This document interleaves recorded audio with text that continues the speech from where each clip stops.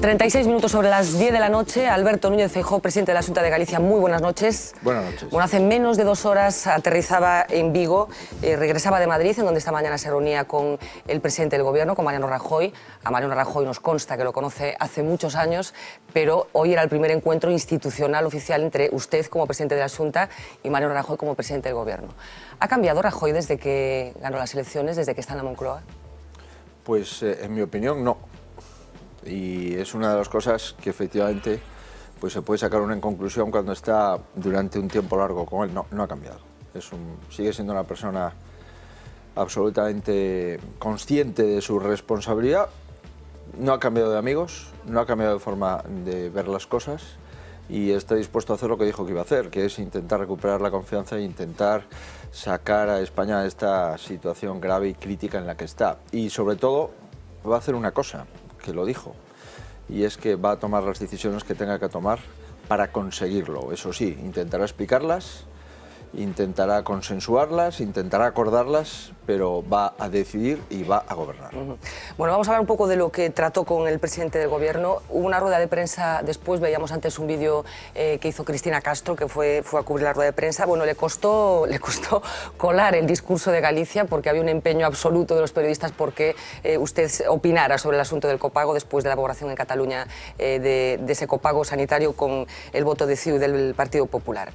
Por zanjar ya el asunto. Copago sí, copago no, algún tipo de copago, claramente. Sanidad pública sí, viabilidad de la sanidad pública sí, que la crisis no se lleve por delante a la sanidad pública sí, y rotundamente sí a que la sanidad sea gratuita y sea universal.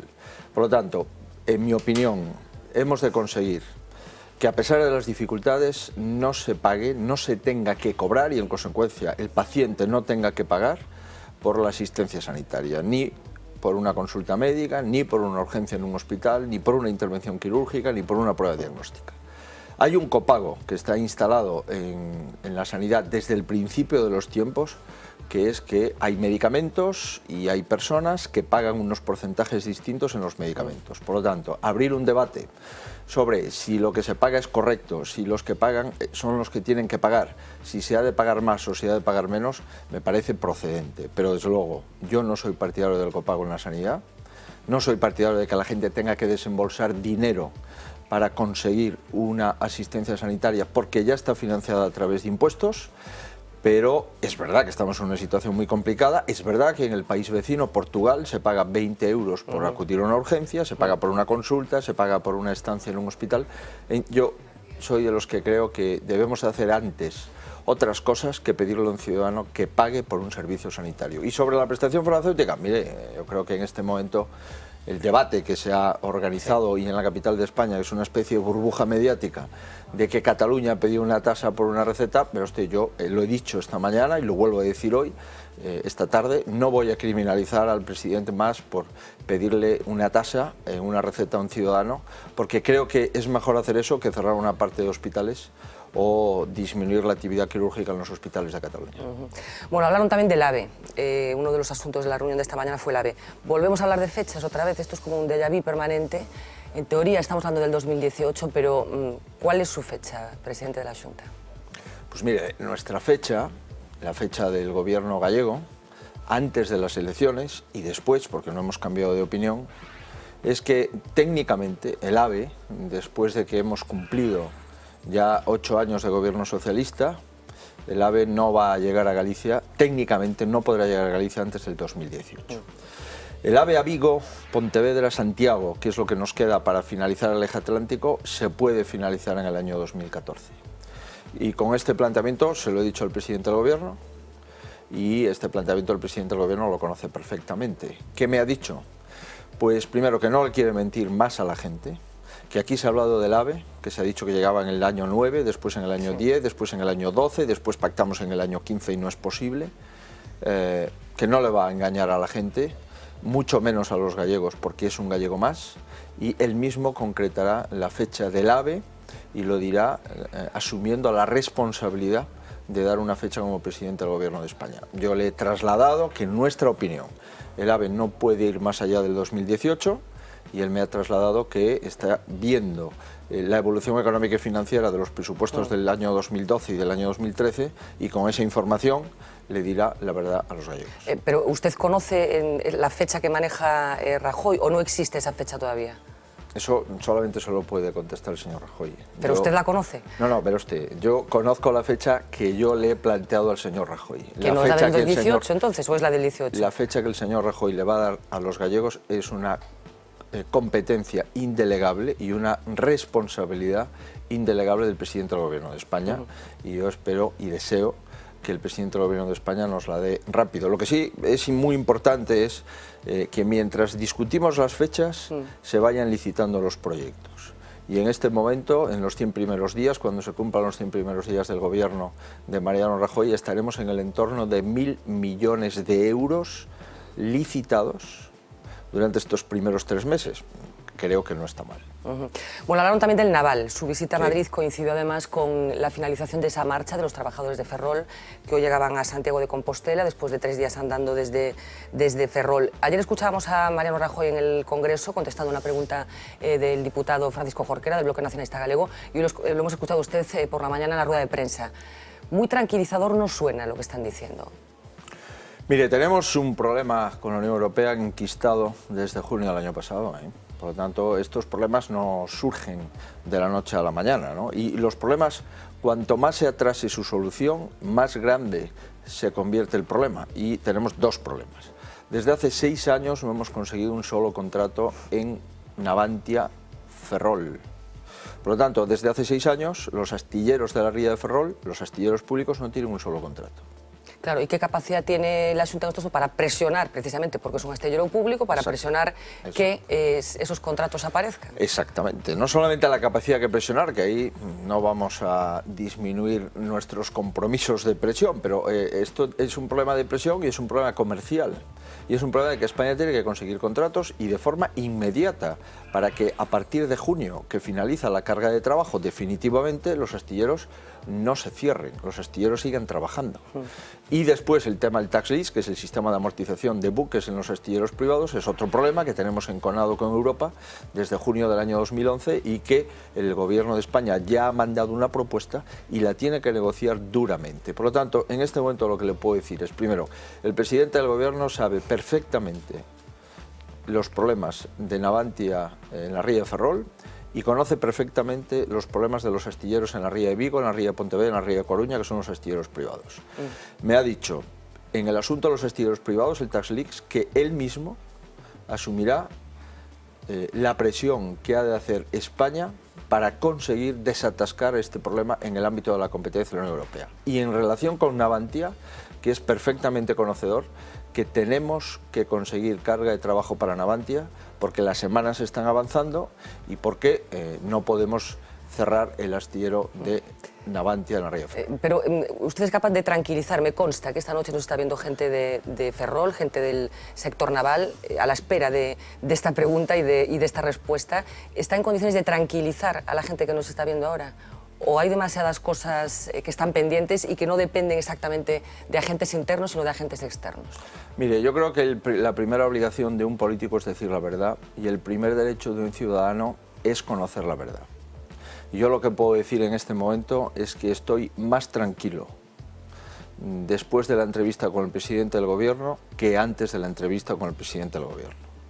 Y me consta que el presidente del Gobierno está trabajando personalmente en estos 2 asuntos, que ha puesto a trabajar al ministro de Industria y al ministro de Hacienda y al ministro de Exteriores en estos asuntos, y me consta que él conoce con un detalle sorprendente los problemas de los astilleros privados y los problemas del astillero público. Por lo tanto, lo que le puedo decir a todos los gallegos que tienen un trabajo de forma directa o con una empresa que trabaja para un astillero de forma indirecta en consecuencia, en el ámbito naval, que tenemos a un presidente del Gobierno que considera el tema naval como una cuestión prioritaria en su agenda política y en su agenda europea. Es lo que le puedo decir. Si yo le pudiese decir algo más, se lo diría. Pero si vale para algo que el presidente de la Xunta hoy esté más tranquilo de lo que estaba ayer, eso se lo puedo decir porque es verdad. ¿Por qué el Gobierno de España dijo hace unos días que no se iba a construir el parador de Muxía? El ministro del Gobierno de España, que lleva el sector del turismo, dio dos datos. Primero, que había 12 paradores comprometidos, y segundo, que Paradores tenía unas pérdidas de 100 millones de euros.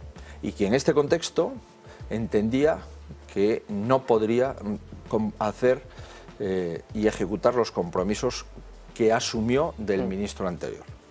Lo segundo, que creo que es muy importante, es decir que no se puede paralizar algo que no ha empezado. Y es que el parador de Muxía, es verdad que ha venido un ministro y ha colocado una piedra, pero también es verdad que no hay crédito, y cuando no hay crédito no se pueden hacer obras.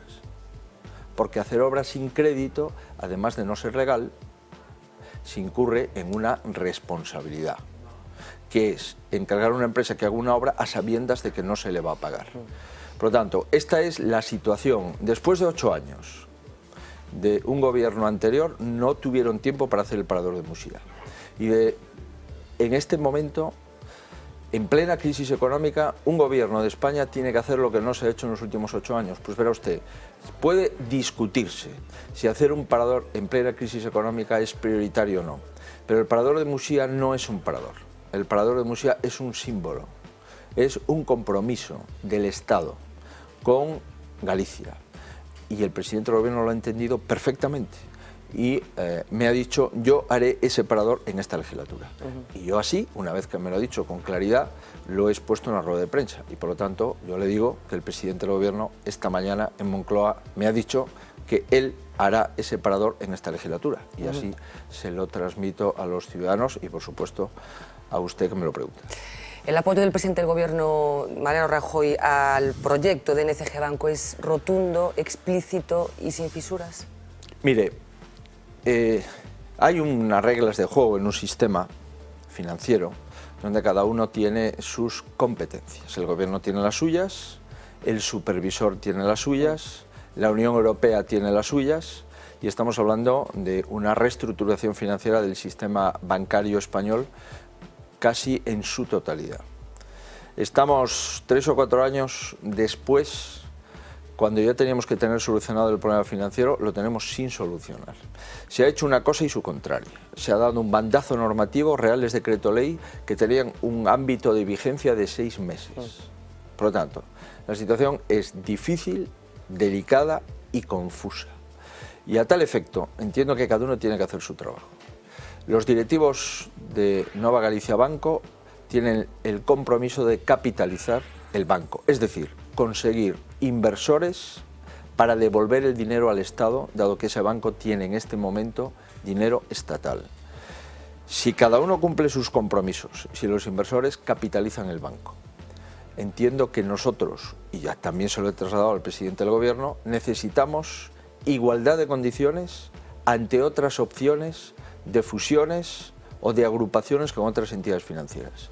Si el banco, que tiene sus órganos de decisión en Galicia, Nova Galicia Banco, consigue inversores para devolver total o parcialmente el FROP, entiendo que ese proyecto debería de tener apoyo del Gobierno para que siga desarrollándose y para que siga su camino en solitario.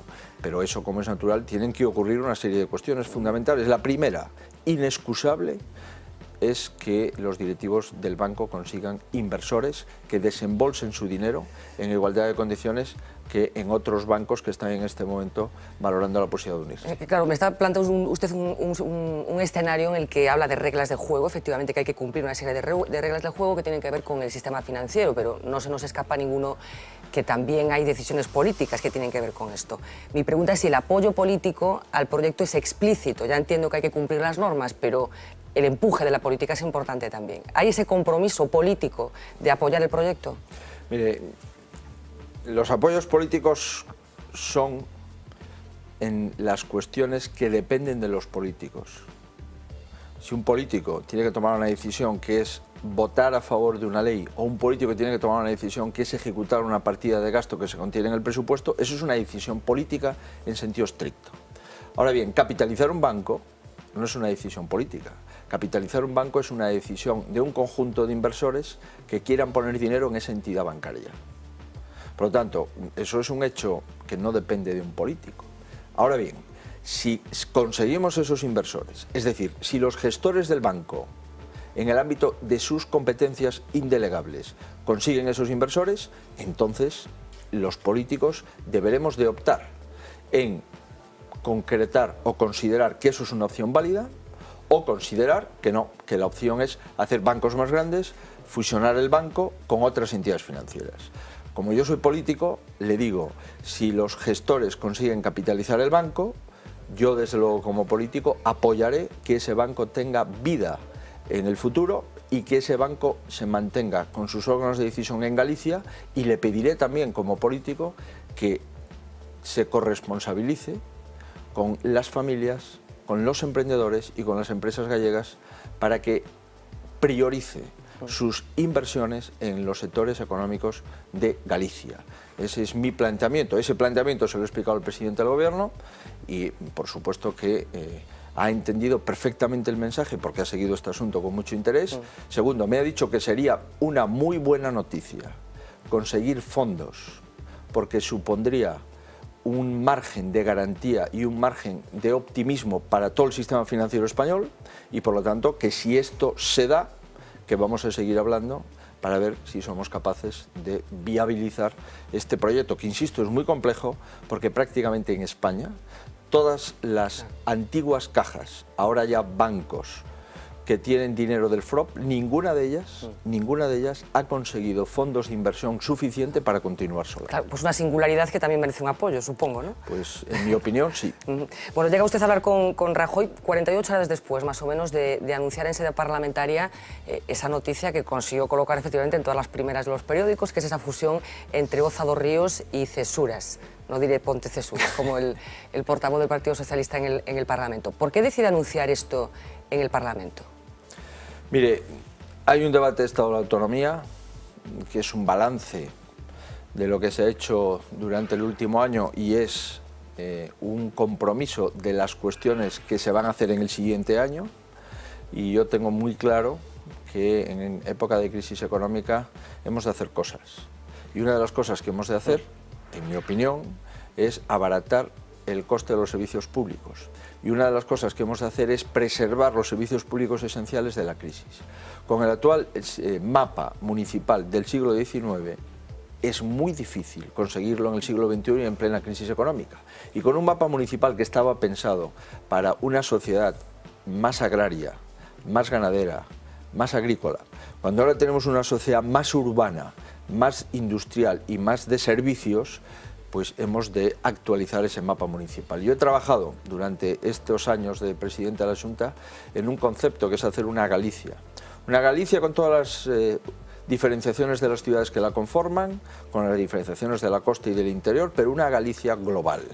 Galicia tiene 3 millones de habitantes, escasos, hay muchas ciudades en Europa y por supuesto en América y en otros continentes, solo una ciudad que tiene muchos más de 3 millones de habitantes. Pues bien, no tiene mucho sentido en mi opinión que un territorio con menos de 3 millones de habitantes tenga 315 gobiernos, más el de la Xunta, más las diputaciones, más la administración central. Por tanto, intentar hacer ayuntamientos más grandes en beneficio de los vecinos me parecía una cosa importantísima. Y segunda cuestión, desde que se aprobó la Constitución de 1978 ha habido en España 100 segregaciones, es decir, 100 divisiones de municipios. Y 3 en Galicia, ¿no? 3 en Galicia. Y hacía más de 40 años que en Galicia nadie se ponía de acuerdo para intentar una alianza. Me parece que esas cuestiones son lo suficientemente serias. Eso sí, yo no he dado ni di durante durante el debate los nombres de los ayuntamientos, porque eso le corresponde a los alcaldes, no me corresponde a mí. Bueno, pues finalmente apareció. Mi pregunta es si no fue una pequeña temeridad bueno, colocar este asunto en el debate y que finalmente se filtraran los nombres de los ayuntamientos sin que lo supieran los vecinos.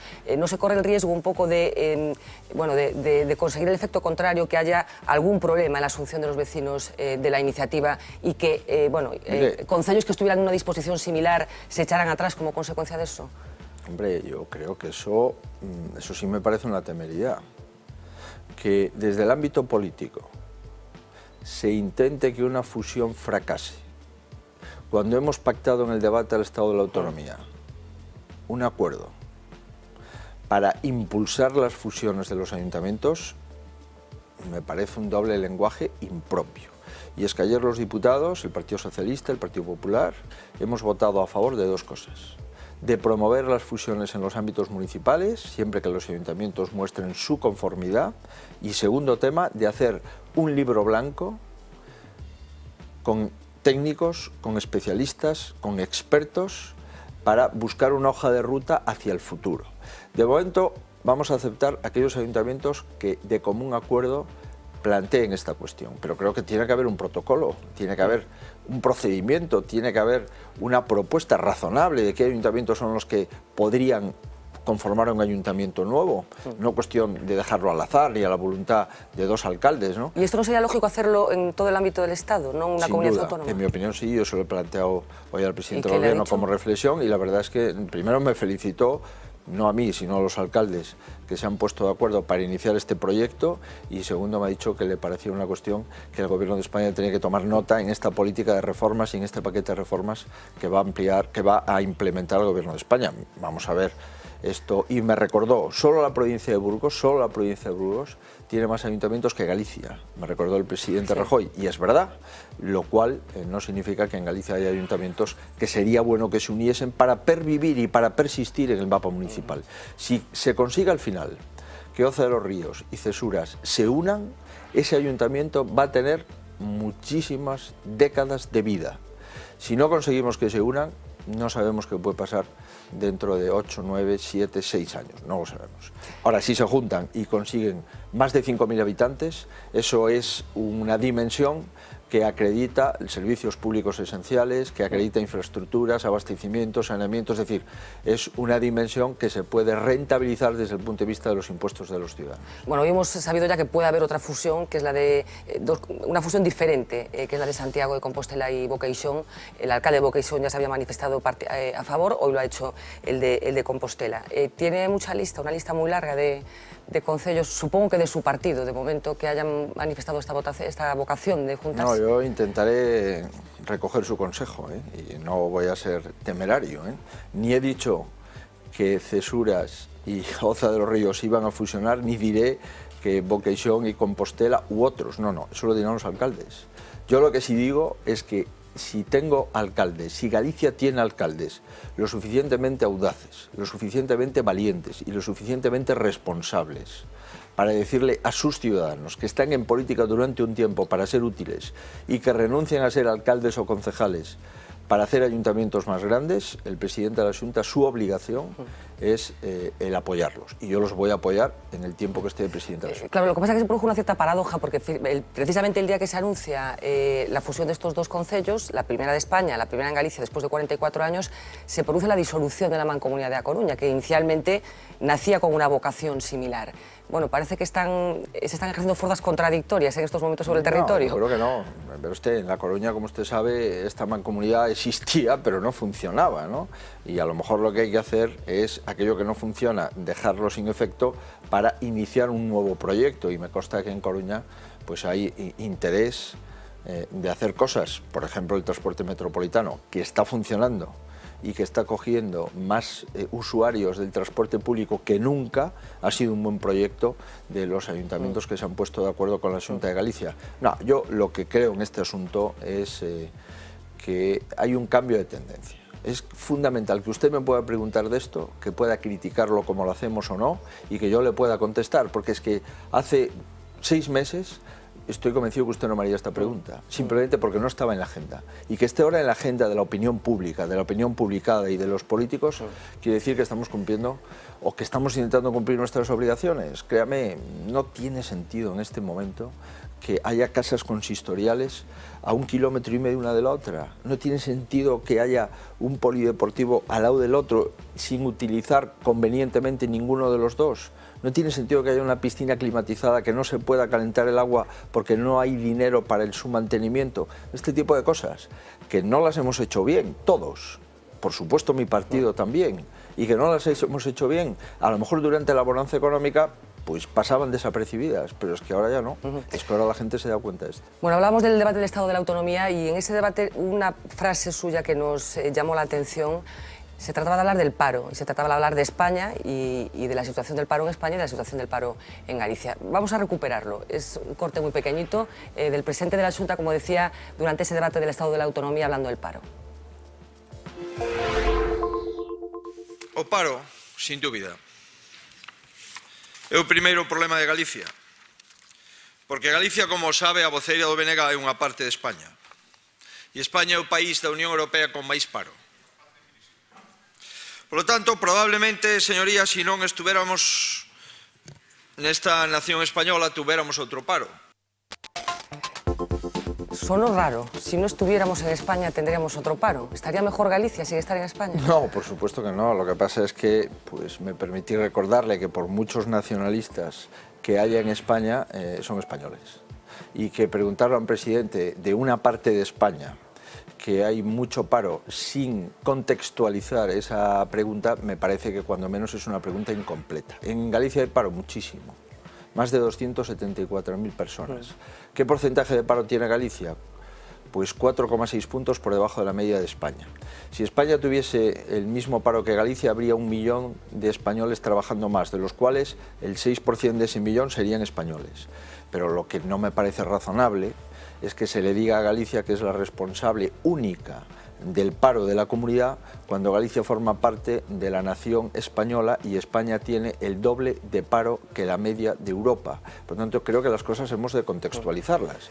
Eso es como si le decimos, vamos parte a parte, el de Cantabria es el responsable del paro, el de Cataluña es el responsable del paro. La pregunta es, oiga, ¿y el gobierno de España tiene algo que ver con esto? ¿Y la política económica? ¿Y el gobierno de la Xunta qué parte alícuota tendría de responsabilidad en el mal comportamiento que el paro está teniendo en Galicia? Yo creo que cada uno tiene su propia opinión, y yo lo que le puedo decir es que nosotros estamos haciendo nuestros deberes, y un deber en este momento de un presidente de una comunidad autónoma es que no quiebre la comunidad autónoma, y un deber fundamental de un presidente de una comunidad autónoma es que mantenga a salvo de la crisis los servicios públicos esenciales, y un deber es que pague, porque una de las grandes organizaciones de Galicia, sin duda, en número de empleados directos y en presupuesto, es la Xunta de Galicia, 9.300 millones de euros. Si la Xunta está en quiebra, si la Xunta no paga, si la Xunta tiene demoras medias en los pagos superiores a 1 año y a 2 y a 3, como en otras comunidades autónomas, pues hoy habría 3 o 4 puntos más de paro. La diferencia del paro de Andalucía del 32% o de Extremadura, o la diferencia del paro de Valencia del 25%, o incluso del paro de Cataluña o de Madrid, que es superior al paro gallego, pues en algo estamos contribuyendo a las comunidades autónomas que lo hacemos un poco mejor, porque si no, todo el mundo tendría el mismo paro, y no es exactamente igual el paro de uno y el paro de otro. Claro, Galicia ha empeorado comparativamente desde que se inició la crisis, tenía un plus de resistencia que ha ido perdiendo, digamos, ¿no? Bueno, eso es opinable, ¿no? Galicia tenía una media del 4,8% de paro por debajo y ahora tiene el 4,6% por debajo. ¿Vale? Es verdad que, claro, si tenemos un paro del 32% como Andalucía, ya es muy difícil seguir subiendo.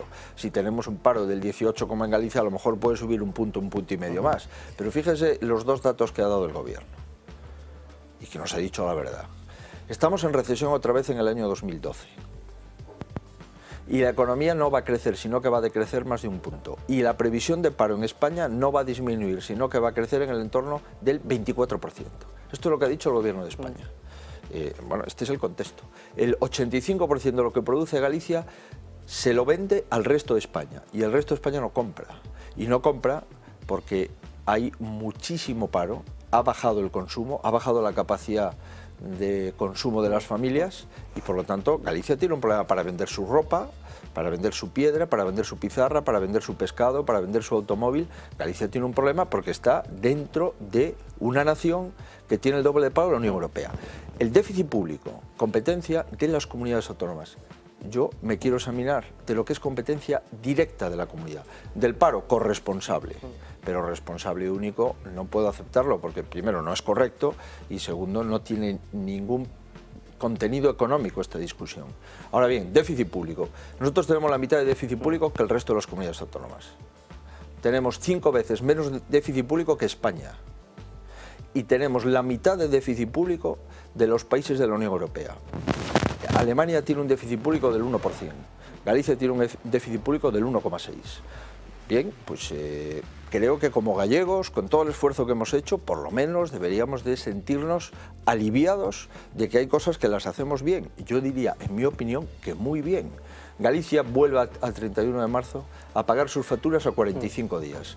Si me dice alguien qué comunidad autónoma en España está pagando sus facturas de media a los 45 días y en la sanidad de media a los 90 días, que me diga qué comunidad autónoma. Y ya le digo, ni Euskadi, ni Navarra, ni ninguna otra lo están consiguiendo hacer. Eso beneficia que en Galicia se destruya menos empleo que en otras comunidades autónomas y que tengamos 4,6 puntos de tasa de paro por debajo de la media de España. Habla del déficit, que efectivamente es una de las palabras de moda en las últimas semanas. Todo el mundo ya sabe lo que es el déficit, los problemas que hay con el déficit público en España, pero hoy o ayer leí en algún sitio, bueno, acabaremos siendo un cadáver con déficit cero. ¿Dónde está el límite del control del déficit? Porque efectivamente en estos momentos hay un debate sobre la necesidad de controlar el déficit, pero también de no acabar de estrangular definitivamente a la economía. ¿Cómo se compagina el control del déficit con el estímulo? Pues mire, si las administraciones públicas necesitan menos dinero para financiarse y por lo tanto se endeudan menos, ese dinero queda libre para las familias y para las empresas. Una cuestión que la gente entiende perfectamente. Si yo utilizo como administración pública el escaso dinero del sistema bancario español, automáticamente la banca me prestará dinero a mí porque me lo presta un tipo de interés muy interesante para ellos y además sabe que va a cobrar. Y por lo tanto, si usted quiere pedir un crédito, pues no se lo darán porque no lo tiene. Segundo, parece que algo tiene sentido, y lo aprendimos desde pequeño en nuestras aldeas, de que no es bueno gastar siempre por encima de lo que se tiene. Y que también hemos aprendido que es bueno pagar lo que se debe. Y estos principios básicos de la economía son perfectamente útiles también en la macroeconomía. No significa eso que estrangulemos la economía, pero la economía se estrangula cuando entramos en una suspensión de pagos en una quiebra. Ahí se estrangula todo. Cuando un país empieza a gastar y empieza a endeudarse y empieza a tener el déficit más alto de Europa, el 8,51%, 8,51%, superior a Portugal, superior a Italia, superior a Irlanda, superior por supuesto al resto de los países de la Unión Europea. Oiga, algo va mal, ¿eh? Organícese usted un poco, porque va a llegar un momento que si el Banco Central Europeo no le presta dinero a España, España ya no va a poder seguir teniendo más déficit, simplemente por una razón, porque nadie le prestará un euro. Y cuando a un país ya no le prestan nada, esta discusión entre si es bueno el déficit, es malo, es mejor gastar o no, oiga, si es que a usted yo no le presto, por lo tanto no me diga usted que tiene una política económica, no, yo a usted no le presto dinero. Y en este momento a España y al resto de los países de la Unión Europea con dificultades económicas, el que le está prestando dinero es el Banco Central Europeo. Vamos a cruzar un momentito el charco. ¿Se va a cerrar el Centro Gallego de Buenos Aires? Pues mire, estamos intentando no cerrar el Centro Gallego de Buenos Aires, pero cada uno tiene que asumir sus responsabilidades. Es verdad que la anterior Xunta dejó unas deudas en el Centro Gallego de Buenos Aires, es verdad. Y es verdad que la Xunta tiene que hacerse cargo de las deudas acumuladas en la anterior legislatura. Pero también es verdad que el Centro Gallego de Buenos Aires tiene que tener una gestión eficiente y profesional. Y por lo tanto no podemos vivir a costa de una comunidad autónoma, pero esa comunidad autónoma tiene que cumplir sus compromisos de deuda. Y en esto exactamente estamos negociando. ¿Cuánto debemos? Y qué quita va a tener esa deuda de acuerdo con la legislación argentina, y que los directivos del centro, que es un centro privado, aunque la Xunta le viene ayudando desde hace mucho tiempo, los directivos también tienen que tener una gestión profesional y no gastar simplemente porque se cree que la Xunta de Galicia puede pagarlo todo, ¿no? Verá usted, los hospitales gallegos, el Hospital de Coruña, el Hospital de Vigo, el de Orense, el de Lugo, tienen un presupuesto, se están ajustando a él. Pues el Hospital de Buenos Aires tiene que tener un presupuesto y ajustarse a él. Vamos a hablar de elecciones. Sabe que nos encanta a los periodistas hablar de fechas de elecciones, y hay quien dice incluso que está usted ya en campaña electoral, ¿es así? ¿Qué me dice usted? Yo acabo de hacer el debate de Estado de la Autonomía, en la semana exacta que lo hice el año pasado, le he pedido una reunión al presidente del Gobierno porque me parece que el día 31 de marzo cumple los 100 primeros días y me parecía que había que dar un periodo de gracia al presidente del Gobierno de tu país. y tengo mis problemas, y mis problemas usted los acaba de relatar todos. Mi problema es el naval, mi problema es el déficit público, mi problema es el paro, mi problema es si somos capaces o no de tener un banco en el ámbito de la comunidad autónoma que dé créditos con mayor prioridad al sector económico. No, pero yo tengo los suficientes deberes y me queda la suficiente tarea en este último cuarto del partido para intentar llegar al final del partido y presentar el balance a los gallegos para ver qué opinan. Claro, pero exactamente cuándo se produce el final de ese partido, porque usted, su discurso últimamente tiene que ver con el hecho de que dice que se va a agotar la legislatura. ¿Qué entiende usted por agotar la legislatura? Pues mire, por agotar la legislatura lo mismo que usted, que las elecciones sean al final de la legislatura. Sí, bueno, pero si hay unos márgenes, ¿no? Sí, ¿A partir de qué mes ya no estamos adelantando las elecciones? Créame que este debate, así como le puedo contestar sobre todo lo que me pregunta, sobre esta cuestión no lo puedo contestar por una razón, porque ni lo he pensado. Bueno, eso sí que no me lo creo. Bueno, pues, ¿que no haya pensado la fecha de las elecciones? No. No puede ser. ¿Usted cree que yo estoy en este momento para pensar el domingo de qué mes va a haber elecciones en Galicia? No. Bueno, pero esto lo estarán hablando, lógicamente, pues ¿no? No están hablando cuándo tienen que ser las elecciones. En Andalucía y en Asturias. Sí. El Gobierno de España tiene que presentar el presupuesto. Los presidentes autonómicos vamos a tener una reunión con el presidente de España en una conferencia de presidentes. Yo tengo que seguir mandando leyes al Parlamento que me he comprometido en el debate de Estado de la Autonomía que ha finalizado, como usted ha dicho, ayer. Hemos pactado una serie de resoluciones con los grupos de la oposición que tenemos que cumplir. Mire, tenemos un verano complicadísimo con unos incendios en una Galicia seca que lleva 1 año y medio con escasas lluvias. Tenemos una amenaza de sequía persistente que nos está preocupando. Creo yo que no tengo bastantes problemas como para ver ahora cuándo van a ser las elecciones en el mes X. Mire, nos vamos a seguir trabajando, vamos a seguir haciendo cosas y le puedo asegurar que si usted quiere, yo le llamo por teléfono esa misma mañana y le digo, mire, hemos pensado que las elecciones las podemos hacer este mes, pero hay legislatura, hay trabajo, hay tarea, hay deberes y hay que dar la cara. Bueno, pues me parece muy bien. Cuando tomen esa decisión me llaman por teléfono y me comunican la fecha, poder ser antes que a nadie. Así tenemos la primicia. Bueno, en ese debate del Estado de la Autonomía también se anunció la supresión de algunos entes, por ejemplo, el Consejo Económico y Social. ¿Qué va a pasar con Corina Porro? Pues Corina Porro es una de las personas, lógicamente, con las que he comentado este asunto. Y me ha dicho 2 cosas. Primero, que él lo entendía perfectamente y que le parecía absolutamente razonable intentar cumplir nuestro compromiso de austeridad y disminución de la administración institucional y que es correcto la propuesta de unir el Consejo de Relaciones Laborales y el Consejo Económico y Social. Al final es un órgano de relación. ¿Va a quedar en ese nuevo órgano o qué? Esto hemos de hacer una ley. Hemos de suprimir un ente, hemos de fusionarlo con otro y a partir de que aprobemos la ley y que esté en vigor ya hablaremos en base a las competencias definitivas y al funcionamiento del modelo cuál es la persona adecuada. Desde luego Corina Porro está a disposición del Gobierno y yo le agradezco mucho esa disposición y esa lealtad que han mantenido con el Gobierno y conmigo desde hace muchos años. ¿Planta de tratamiento de Oirixo se va a hacer o no? Planta de tratamiento de residuos en Galicia. Vamos a hacer una planta de tratamiento de residuos. En Oirixo hay una empresa que ha hecho una propuesta a la Xunta de Galicia de ubicar una planta de tratamiento en Oirixo. De momento esa empresa no ha presentado su documentación. Esa empresa no ha concretado el contenido y alcance de ese proyecto y, en consecuencia, es muy difícil pronunciarse sobre una cuestión que formalmente la Xunta no conoce. Lo que sí le puedo asegurar es que hay ayuntamientos en Galicia que nos han comunicado su interés por albergar una planta de tratamiento de residuos.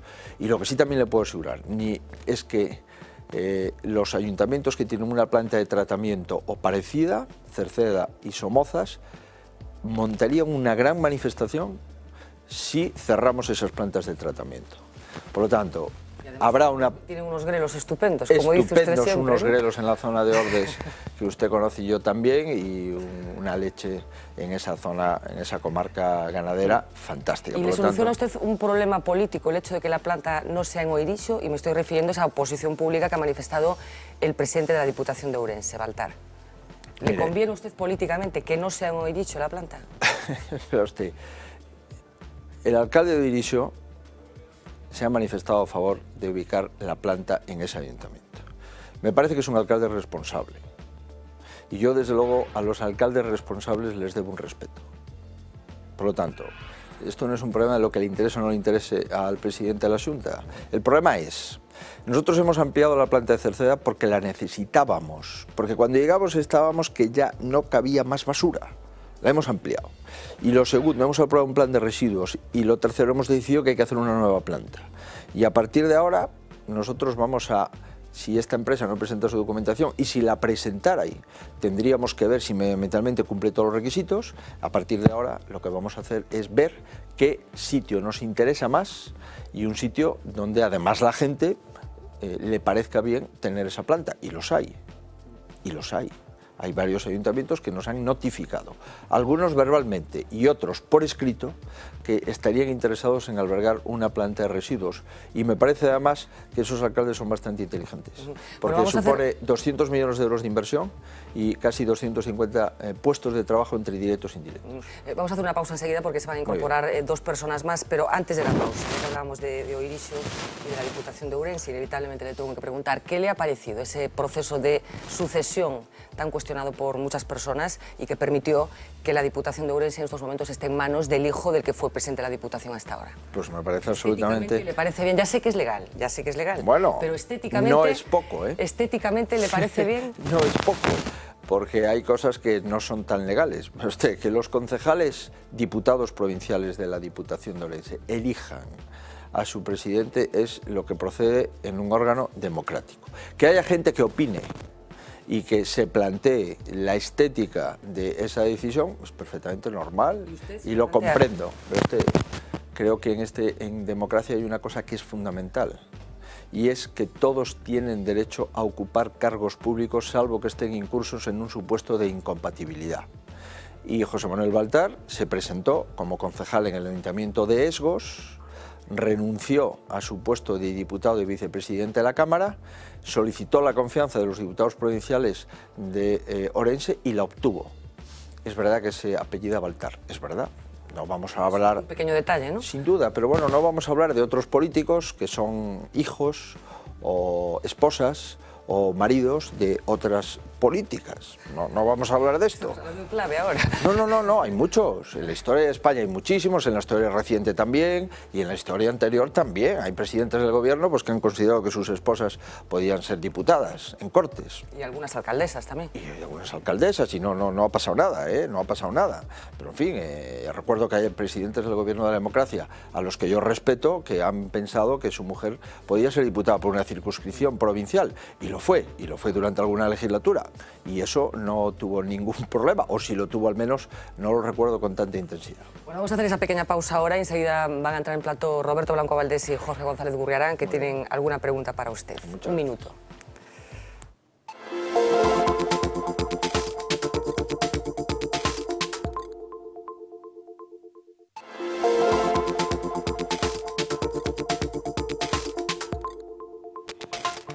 11:25 de la noche. Continuamos hablando con el presidente de la Xunta, Alberto Núñez Feijóo, que esta mañana celebraba su primer encuentro institucional con Mariano Rajoy, presidente del Gobierno. Nos acompañan en estos momentos, regresan a la mesa de Vía V, Roberto Blanco Valdés, buenas noches de nuevo, Jorge González Gurriarán, muchas buenas noches otra vez.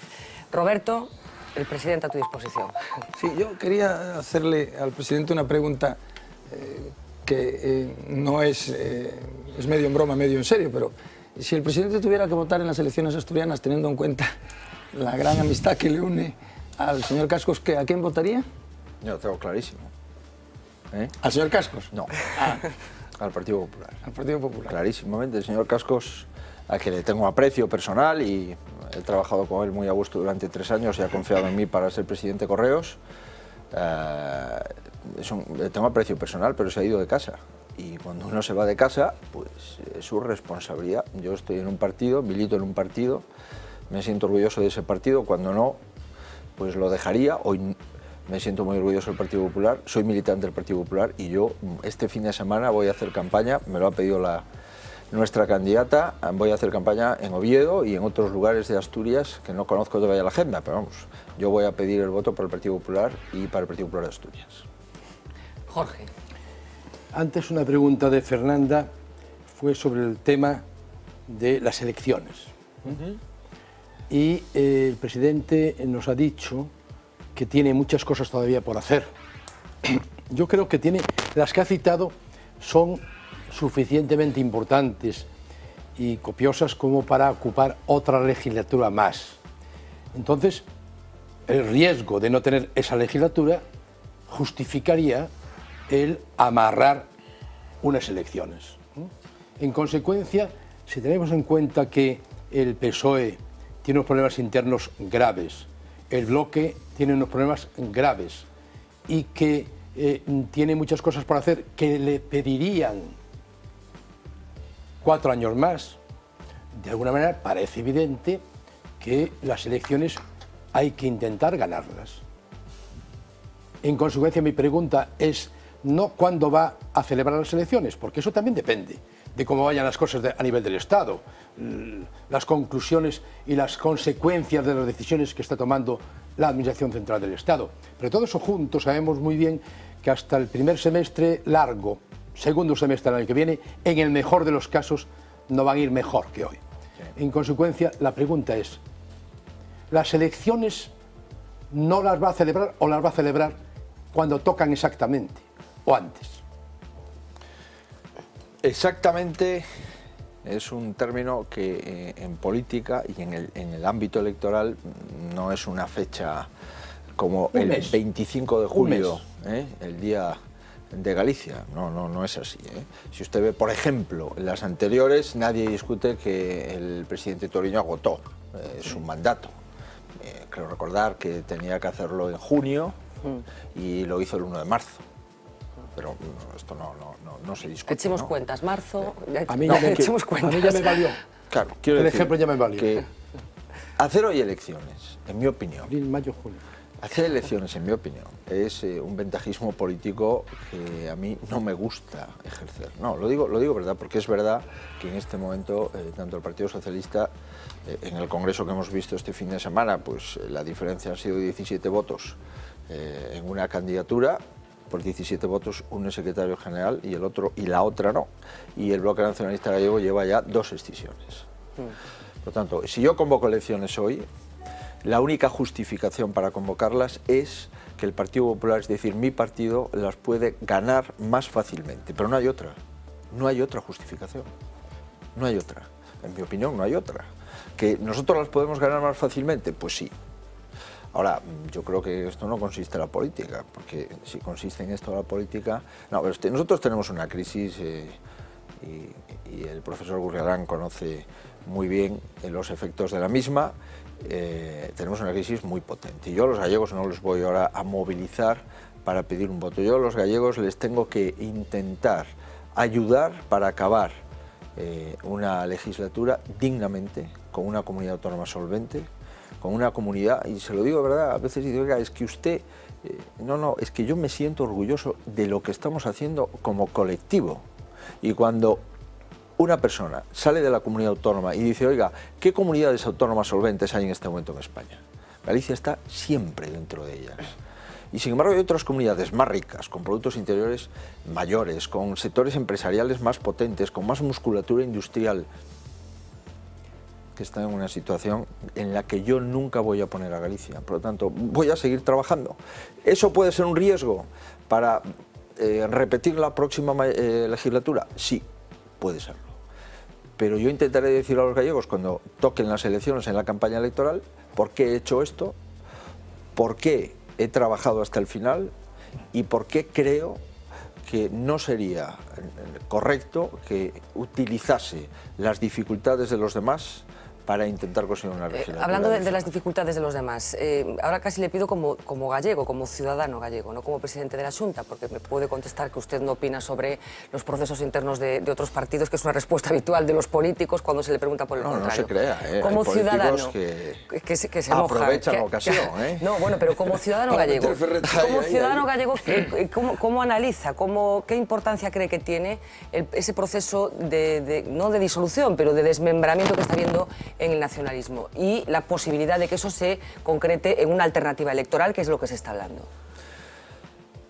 Bueno, yo creo que efectivamente, en el ámbito como ciudadano, como usted me dice, aunque esto de cambiarse el gorro es muy difícil, pero como ciudadano es verdad que hay un problema evidente del nacionalismo, hay un problema ideológico, hay un problema de actualización de programas y hay un problema de políticos y de políticas, y es que volvemos para atrás en el ámbito del nacionalismo.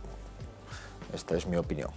Y ha habido una serie de corrientes que al final sus líderes, cuando era la hora de la verdad, han dejado la corriente que se vaya hacia abajo, como suele ocurrir en los ríos, y se quedan a resguardo para que no se los lleve, ¿no? Eso es muy difícil de explicar todo esto, pero lo que le puedo asegurar es que a mí me gustaría, no participando ni por supuesto entendiendo que el nacionalismo sea una ideología útil para Galicia, me gustaría por lo menos que admitiesen algunas cosas con carácter general, que admitiesen que formamos parte de Europa y de España, que admitiesen que en este club hay que cumplir unas reglas y que admitiesen que hay una regla fundamental en este momento en Europa, que es volver otra vez a la solvencia como país, volver a cumplir los déficits públicos y volver a tener unos planteamientos económicos del club al que pertenecemos. Y esto en el nacionalismo gallego lamentablemente no se da, porque no admiten las reglas del club y nosotros somos gallegos, es decir, europeos, es decir, españoles. Y España es un país de la Unión Europea. Y en este momento estar discutiendo si cumplir el déficit público es correcto o no, es como estar discutiendo si este plató puede funcionar sin luz. Pero usted, sin luz, nadie de los televidentes de Voz TV nos podrían ver. Pues mire, sin cumplir los compromisos del déficit público, Galicia no puede funcionar porque estaría quebrada. Sí, de todas maneras, yo querría luego hacerle una pregunta en relación con la fusión municipal, pero como estamos ahora con este tema, yo quiero, diríamos, meter el dedo en esa llaga, ¿no? Porque es cierto que el déficit es un elemento fundamental, pero supongo que usted como presidente y como ciudadano es plenamente consciente de que, como antes decía Fernanda, nos podemos medir con un déficit cero. Es decir, la realidad, presidente, es que los ciudadanos pagan más por la gasolina, pagan más por la electricidad, ganan menos dinero en pesetas reales, ganan menos dinero. En euros. Perdón, en euros reales. Es decir, bien porque han visto rebajados sus salarios, bien porque tienen que repartir la entrada de dinero familiar entre más personas, porque hay una o dos o tres en paro. La cuestión es, ¿hasta qué punto la política que se está llevando a cabo en España, que el propio gobierno ha corregido, porque el gobierno tenía un objetivo de déficit que ha corregido siendo consciente de que era imposible cumplirlo, es una política que nos va a permitir salir de la crisis? Porque el problema real es que tenemos el consumo absolutamente destrozado. Usted vive en Santiago igual que yo. Esta semana, si uno se pasea por varias de las calles céntricas de Santiago, hemos visto como en 15 días han cerrado 6 o 7 u 8 comercios importantes de Santiago. Cada vez que cierra un comercio se queda gente en paro.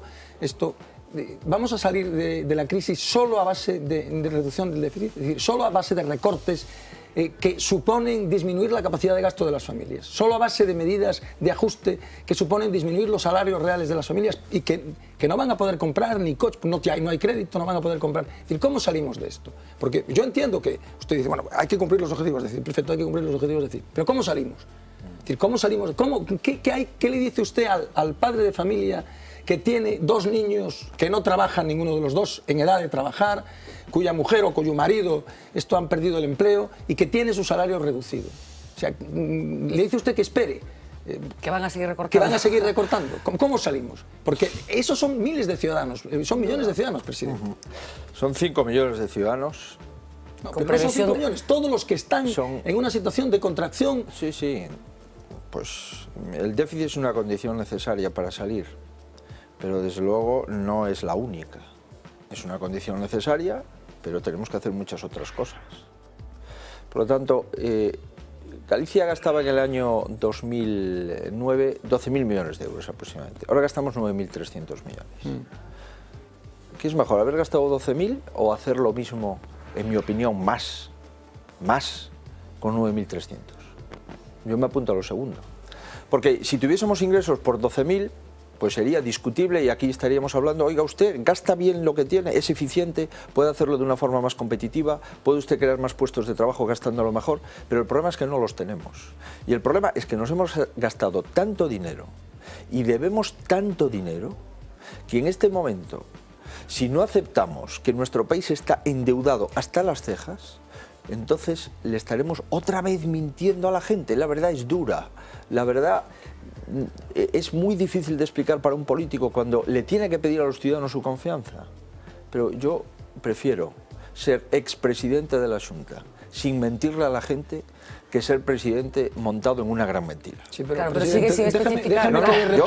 Déjeme que le retruque, presidente, pero al acabar este programa usted se va a ir en su coche a su casa y Jorge y yo nos vamos a coger nuestros coches, nos vamos a ir a nuestra caja, Fernanda se va a ir a su casa y mañana vamos a volver a trabajar. Sí. Y mañana, a final de mes, los que somos funcionarios, vamos a tener nuestro salario, usted cobrará el suyo, Fernanda cobrará su salario. Es decir, esta es una situación, usted es consciente de que esto es una situación de absoluto privilegio. Sí. De absoluto privilegio. No, es un privilegio objetivo. Es decir, que hay mucha gente que no puede irse a la cama por la noche sabiendo que a la mañana siguiente se va a levantar para ir a trabajar. Y hay mucha gente que se levanta con la preocupación de dónde va a colocar a sus hijos, de dónde van a trabajar sus hijos, o su marido o su mujer. Pero entonces, el discurso que hace usted, que yo lo entiendo, presidente, es un discurso que sirve, entiéndame, es de poco consuelo para las personas que las están pasando, yo lo diría de otra manera si no estuviese un plató, pero como estamos en un plató, que las están pasando canutas. La traducimos, ya estamos traduciendo, ¿no? Ya, pero fíjese, si mañana una persona acude a un hospital y el médico le advierte que está sufriendo una patología y una enfermedad y le dice que para solucionar su enfermedad, además de tomar un fármaco, tiene que hacer rehabilitación y ese fármaco le va a hacer mucho daño en el ámbito fisiológico, es que es la única salvación que tiene. Si este señor va a un médico y le dice no se preocupe usted, ya verá cómo esto se soluciona y se va a ir encontrando mejor, no, verá usted, cada día me encontraré peor. Pero es que esto que nosotros estamos hablando ahora, es que esto ya pasó en España, ¿eh? Es que en el año 96 España tenía un porcentaje de paro superior al 22%. Por lo tanto, lo que ha pasado ahora, ya pasó y salimos. Y salimos con políticas económicas que no negaban la realidad. Por lo tanto, si controlamos el déficit público, lo vamos a pasar mal, sin duda, pero es una condición necesaria, es inevitable. Lo vamos a pasar de ahí, unos peor que otros. Sin duda, claro. Por eso unos más mal hay que gobiernos que asumen responsabilidades y se desgastan, y hay otros gobiernos que prefieren que las responsabilidades las asuman otros y se desgaste el país. Por eso presentar una reforma laboral en este momento tiene muchas complicaciones, claro, pero parece razonable hacerla. Y por eso en este momento decir a todos, empleados públicos, por ejemplo, oiga, echar una mano. Para un presidente, usted se puede imaginar que no es lo mejor. Pero fíjese, si en vez de ser presidente de la Xunta de Galicia yo fuese presidente de la Generalitat de Cataluña, ya le hubiese disminuido un 5% la nómina a los funcionarios. Y yo me iré de presidente de la Xunta de Galicia y no le he bajado un euro a un funcionario en su nómina. Por lo tanto, ¿hay vida para España? Sí. ¿Galicia saldrá de la crisis económica? Sí. ¿Estamos haciendo las cosas bien? Sí. ¿Estamos sufriendo? Sí. ¿Estamos mejor preparados para la crisis que la inmensa mayoría de las comunidades autónomas? Sí. En cuanto remonte un poco la actividad, Galicia va a salir de su crisis mucho antes que cualquier otra comunidad autónoma. Yo comprendo que a la gente... Ahora bien, yo recuerdo muy bien la crisis de los 90, lo padecí en mi familia, y yo vi como mi padre no podía ir a trabajar porque estaba en el paro. Por lo tanto, cuando uno dice, no, es que los políticos no tienen corazón, oiga, ¿cómo que no tenemos corazón? No creo que se deduzca eso de mis palabras. No. Quiero decir, que los políticos no son conscientes de lo que ocurre. ¿Cómo no voy a ser consciente de lo que ocurre ver a mi padre con 50 años y sin trabajo? Claro que soy consciente, pero no haré nada por los gallegos si les sigo mintiendo, si sigo endeudándome. Fíjese, si es que ya hay comunidades autónomas que por mucho que se endeuden, es que no les prestan ni el dinero. Si es que el problema es que el Estado... Por ejemplo, una gobernada por el Partido Popular, Valencia. Sin duda, hay muchas. Está Valencia, está Castilla-La Mancha, está Cataluña, está Murcia, está Extremadura. Vamos a ver lo que ocurre en Andalucía. Pero fíjese, si es que al final el gobierno de España ha salido al rescate de las comunidades autónomas. Si es que ha tenido que poner 35.000 millones de euros para que las comunidades le paguen a sus proveedores. Pues, por lo tanto, Roberto, créame, eso es una condición indispensable. ¿Única condición? No. ¿Que hay que hacer políticas de incentivación? Sí. ¿Que hay que hacer políticas de reactivación económica? Sí. ¿Que hay que buscar inversores y que tenemos que volver otra vez a iniciar? Ahora bien, aquí hay proyectos empresariales que son exitosos. Aquí en Galicia, en este ayuntamiento, hay un proyecto empresarial que es una multinacional. ¿Por qué ellos lo han hecho bien y los demás no lo han hecho bien? Se podría decir incluso que es la multinacional. Vamos a hacer una... Hay otras en Galicia que funcionan. Ya lo sé que funcionan muy bien. Va a entrar en plato la Marina. Jorge, hazle otra pregunta. Va a entrar Marina Chiavegato ahora mismo en plato, que le va a trasladar al presidente alguna pregunta. Pero Jorge, seguir primero. En ese tema, y entonces vamos a trabajar mucho. Y entonces mi pregunta es, yo no estoy muy convencido de la política económica de sectores maduros, sobre todo si no está demostrada la eficacia de los empresarios. Y hay empresarios en sectores menos maduros que están haciendo un esfuerzo enorme por diversificar, por innovar y por internacionalizar. Poner todos o casi todos los huevos en una sola cesta me preocupa. La pregunta es, ¿la Xunta no tiene que hacer una labor, sé que está intentándolo, pero no tiene que hacer una labor mucho más decidida por la innovación, la diversificación y la internacionalización? Y en particular, ¿cuál es o por qué en el famoso problema del caso Campeón se llama, ¿no? Sí. ¿No se ha hecho por parte de la Xunta una mejor venta de la imagen del IGAPE? Yo le tengo una especial querencia al IGAPE, ¿no? Una mejor venta de la imagen del IGAPE, dejando aparte los problemas que puede haber a nivel de alguna persona, porque el IGAPE es un instrumento vital, y yo creo que no se está vendiendo bien su posición en relación con el problema que se ha planteado. Vamos a ver, tú sabes igual que yo que el saldo comercial de Galicia en el año 2011 ha sido el segundo mejor saldo comercial de España. Por lo tanto, nuestras exportaciones han crecido más que la media de España y nuestro saldo comercial es positivo en más de 3.200 millones de euros y el saldo comercial español es negativo en más de 46.000 millones. Bueno, automoción y textil pesa mucho. Bueno, pero también no nos pesa la pizarra, ni la piedra, ni el sector primario, que ha bajado mucho, y no vendemos barcos, y nuestra capacidad energética ha disminuido como consecuencia de la sequía. Es decir, vendemos vino, vendemos vino. Sí, bueno, vale, me gustaría vender mucho más. Y conservas. Me gustaría vender mucho más, pero quiero decir, oiga, aquí todo el mundo está en la misma situación, estamos en España, y nos vamos a comparar con España, porque es que si no, tenemos que tener un término de comparación para hacerlo homogéneo, ¿no? Por lo tanto, la internacionalización de la economía, absolutamente a favor. Innovación. En innovación tenemos programas del Interconecta e Innova Saúde con más dinero que en la legislatura anterior. Se diga lo que se diga y los números están ahí y se pueden comparar. IGAPE, totalmente de acuerdo. Totalmente de acuerdo. En el IGAPE se hace un buen trabajo. La respuesta es que sí. Hemos dado más incentivos en avales y en préstamos en estos 3 años que en los últimos 20 años. Resulta que hay un sumario y aparece determinadas personas que veremos a ver si tienen responsabilidad, si han sido utilizadas, si han sido utilizados o no en su buena fe, pero yo distingo en 2 clases de políticos, los que meten la mano en la caja y los que se equivocan. Y es fundamental esa diferenciación, porque equivocarnos nos equivocamos todos. Imprudencias las podemos cometer todas, ahora meter la mano en la caja, eso no puede ser. Por lo tanto, yo creo todavía que hay cosas que hablar en la Operación Campeón en relación con las personas del IGAPE, pero las personas del IGAPE han hecho cosas que creo que merecen la pena. Las 2 personas, una, se han puesto a disposición del gobierno y el gobierno y ellos han entendido que tenían que dejar sus puestos, al menos mientras no se aclarasen los hechos.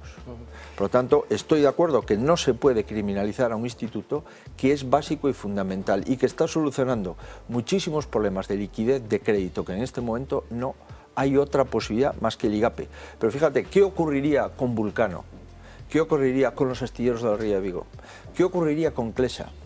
¿Qué ocurriría con otras empresas que no vamos ahora a concretar sus nombres si no llegase el IGAPE? ¿Qué ocurriría con todo el sector naval de la Ría de Vigo si no llegase el IGAPE? ¿Qué ocurriría con todos los avales y toda la subsidiación a tipos de interés si no llegase el IGAPE? Probablemente tendríamos 4 o 5 puntos más de paro. Al menos ese es el empleo directo e indirecto que se ha beneficiado de avales y de préstamos o subsidiación a tipo de interés que el IGAPE ha puesto a disposición. Marina, vamos contigo. Pues muchas preguntas de la red. Una de las preguntas estrella es la que le voy a hacer a continuación. Es María de Astrada.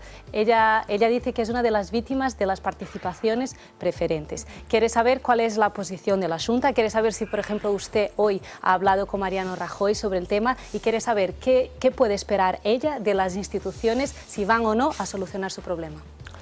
Pues mire, mañana vamos a llevar un informe al Consejo de la Xunta sobre las preferentes, donde vamos a hacer una propuesta. Hay 18 entidades de crédito en Galicia que tienen lo que denominamos preferentes, es decir, depósitos que no se puede retirar el dinero, en el que hay veces que no se explicaron bien la letra pequeña de ese producto financiero y que la gente de buena fe quiso ir a retirar su dinero y no lo puede retirar. Mañana, insisto, haremos una propuesta y creo que por prudencia la contaremos mañana, dado que el Gobierno, hasta que se reúna, no la va a aprobar. Pero insisto, hay 18 entidades financieras en Galicia que tienen clientes con problemas para retirar su dinero en sus depósitos. Por lo tanto, la pregunta es, ¿cómo hemos llegado a esta situación? ¿Cómo es posible que haya productos financieros en nuestro país que lleven a una confusión mayoritaria de miles de familias? ¿Cuál es el papel del supervisor, del regulador, del Banco de España en todo esto? ¿Cuál es el papel del ministro de Hacienda y del Gobierno en los últimos años? La mayoría de esas emisiones de preferentes se han producido anteriores al año 2009. Es que yo tomé posesión en el 2009, no, pero es que es un dato fundamental, porque de la misma forma que digo que todos los poderes públicos y sobre todo el gobernador del Banco de España, y lamento ser así de claro, no han estado a la altura de sus circunstancias, no creo que sea razonable que ningún político le diga al presidente de la Xunta o al presidente de Cataluña o al presidente del País Vasco que el responsable es el presidente de Cataluña y del País Vasco, el presidente de la Xunta de esto. Oiga, no, nosotros no somos los responsables. Ahora bien, nosotros tenemos que dar respuestas a un problema que han creado otros por la falta de supervisión del Banco de España y por unos productos financieros que, en mi opinión, confundieron a la gente y las ha llevado a una situación de enorme indignación. Mañana, Xunta de Galicia hará una propuesta y esa propuesta creo que puede ser útil a una buena parte de los ciudadanos que tienen dificultades para retirar sus depósitos. Bueno, estaremos pendientes de esa noticia del Consejo. Una última pregunta, Marina. La última pregunta. Antonio de Ourense pregunta, ¿para cuándo una política forestal que no se centre solo en la extinción de los incendios, sino más bien en una educación ambiental? Y quiere saber cifras. ¿Cuánto destina la Xunta a este tipo de divulgación? ¿A la divulgación o a la extinción? A la divulgación, claro, a la prevención. Pues mire, hemos presentado una ley de montes que tiene una serie de consideraciones. Hay una de ellas muy importante, y es que en Galicia no se van a poder volver a dividir parcelas forestales con una superficie inferior a 15 hectáreas. Es una decisión compleja, creo que hay que tomarla, probablemente haya gente que no esté de acuerdo, pero esto de dividir y de dividir lo dividido y volver a dividir nos ha llevado a que tengamos parcelas forestales en los entornos de 2.000, 2.500 metros. Eso significa que a nadie le importa que arda su parcela porque no tiene ningún interés económico esa división tan pequeña y esa parcela tan pequeña. Por lo tanto, hemos dicho, hasta aquí se acabó. A partir de ahora nadie puede dividir parcelas inferiores a 15 hectáreas, parcelas forestales. Segundo, hemos aprobado una normativa, y espero que cada vez tenga más impacto, que es la agrupación voluntaria de montes, sin perder la propiedad y la titularidad de tu pequeña parcela, pero hacer una agrupación voluntaria para una gestión conjunta una vez que la gente voluntariamente quiera agrupar su parcela. Nosotros hemos incentivado fiscalmente con todos los impuestos de la comunidad autónoma para que eso le salga gratis a los ciudadanos. Hemos adoptado otras decisiones, como por ejemplo que no se pague impuesto de sucesiones cuando un padre deja a un hijo una parcela forestal.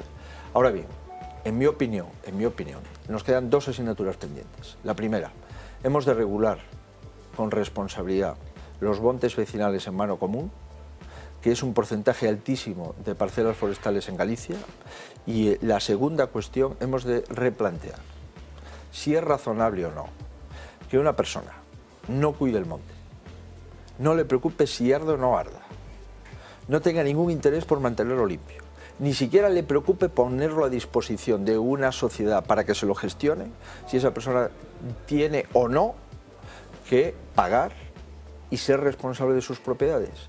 Porque si a usted mañana tiene la desgracia de que le arde su piso, aún encima le tiene que pagar a los bomberos. Bueno, estamos ya fuera de tiempo, pero me consta que Roberto... Me están los dos, por favor, otra. Tengo una cosa, es una oportunidad muy buena. Esta es una oportunidad muy buena. La cuestión es la siguiente. Yo estoy absolutamente de acuerdo con el éxito de la fusión de los municipios. Y está claro, hay estudios ya que demuestran que Galicia posiblemente su equilibrio estaría en 150, 160 municipios. Se ha hablado de comarcalización ahí atrás, se han hecho trabajos muy serios, etc. Se habla de áreas metropolitanas, por lo tanto, todo camina hacia eso. Entonces, yo creo que existiendo una Xunta con esa visión y unos municipios con esa intención, ¿cuál es su visión del futuro de las diputaciones? Si os parece, complementamos la pregunta de Jorge con la de Roberto, que va por el mismo camino. Sí, aún a riesgo de abusar de su paciencia y de su tiempo, ¿no? Yo he oído con atención lo que usted ha dicho de la organización territorial, división municipal, los datos que daba, que son exactamente así, efectivamente. Lo que no entiendo es que con esos datos no se haga una cosa que es lo que parece razonable, que es aprobar una ley para fusionar municipios en España. Es decir, una ley que no haga depender las fusiones de los municipios, de que dos municipios se pongan de acuerdo, fusión que puede ser absolutamente sensata o absolutamente disparatada, dependiendo sencillamente de que los alcaldes son amigos, sino que se haga con criterios racionales. Es decir, tenemos 8.000 municipios. Dado que tenemos 50 provincias, es fácil hacer la división a una media de 150 aproximadamente municipios por provincia. Eso no es así, porque hay algunos que tienen más y otros que tienen menos. Hombre, lo razonable, si hemos llegado a la conclusión de que esto es un disparate, y es un disparate económico, de eficiencia, usted lo explicaba muy bien hace un rato, es aprobar una ley, o bien una ley estatal, que fije bases, o bien una ley que establezca directamente el proceso, que es como se ha hecho en otros países europeos. En todos los importantes se han hecho fusiones municipales, reduciendo drásticamente el número de municipios. La Unión Europea recomienda que como máximo, que como mínimo un municipio debe tener 5.000 habitantes, y en España solo el 13% de los municipios superan los 5.000 habitantes. ¿Por qué no hacerlo por ley? ¿Por qué no hacerlo de otra manera? Yo sé que es costoso en términos de coste político, pero ¿no es mucho más razonable hacerlo así? Si no lo hacemos así, yo tengo la impresión, presidente, de que no se hará.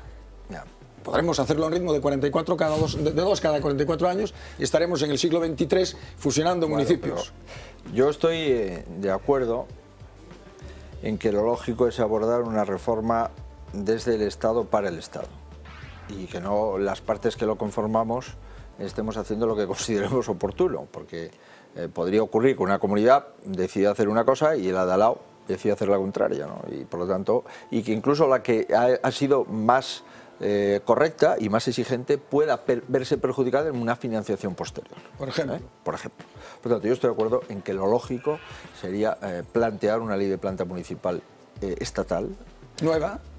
La primera desde finales del siglo XIX, por tanto. Nueva, y diciendo, pero estos son las coordenadas y estos son las cuestiones. Yo estoy de acuerdo. Y así se lo he dicho al presidente del gobierno, he dicho, oye, nosotros hemos empezado en esto, nos hemos encontrado con alcaldes que se han dado cuenta de que quieren ser útiles a sus ciudadanos y están dispuestos a entregar lo único que tienen, que es su alcaldía.